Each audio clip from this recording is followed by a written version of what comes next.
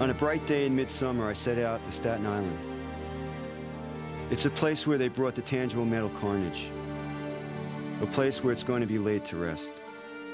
It's also the place where the final scrutiny of what is left is carried out. The final search, just in case there's something there. But I wasn't prepared for what was coming. This is a battalion chief's car. This is what I'm most used to being in at the moment. I have a very close friend, Steve Belson, who I lost, and they never found him. And he was driving the chief, and actually the chief he was driving, Oriole Palmer, was also a close friend. We worked together for years. So now this hits home for these, for me right now at this range. God, it's unbelievable, the damage to these things.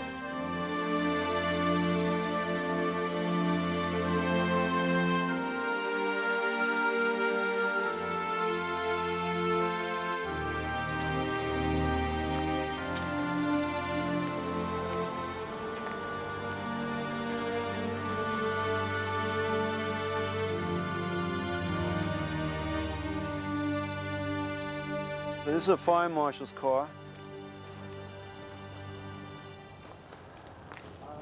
Totally crushed.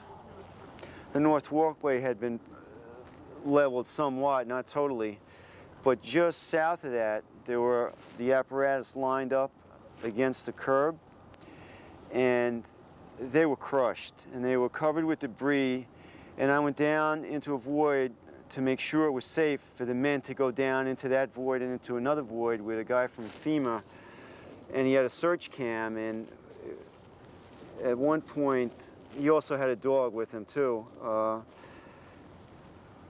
We had got an odor, and I crawled a little further down, and I found one of the brothers underneath a rear mount, and you know, we verified it with the camera and, of course, with the dog, and it was just something that was just unbelievable. Now, 8 months later, I look at these things, it brings me right back to day one. Unit with an urgent, go ahead. So we got a number of people trapped here for the previous collapse. We need a hand to get them out, okay? Are you pinned in a piece of apparatus? I was, that's all. All right, we're going to get some members over there to assist you. You have help on the way. Do you receive that? There is help on the way. Do you receive that?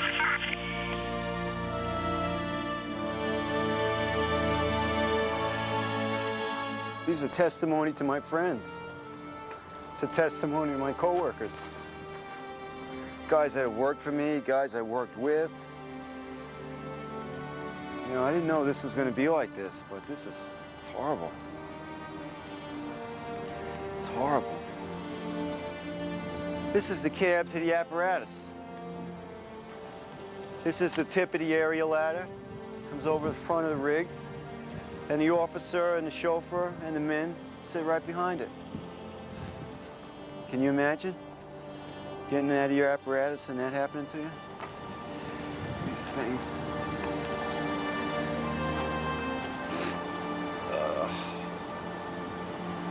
The young kids come in and make sure these things are folded perfectly in the morning, and when they go to a fire, put everything away. Look at the folds. They're perfect. They should just leave this just the way it is and make this the memorial.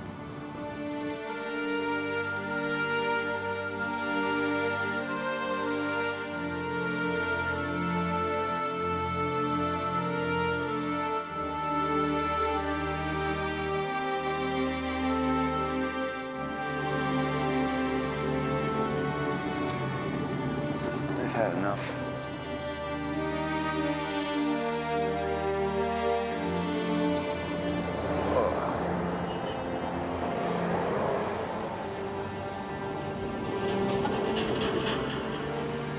Reeling from the shock, we drove away, but there was more to come. All the debris has come here for the police and FBI to check it one more time. Somewhere in that finely sifted heap of debris are the remains of my missing brothers. It's unbelievable. Now in there, if you can see the belts coming out? Yeah. Those are all the detectives in there, and they watch as the debris comes out on the belt. And now they go in there and they spend their day in there and they just watch the belt. And if something comes across, they stop the belt and take it.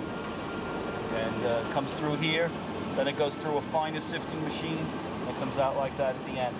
Then that's all It's all picked up and used as fill.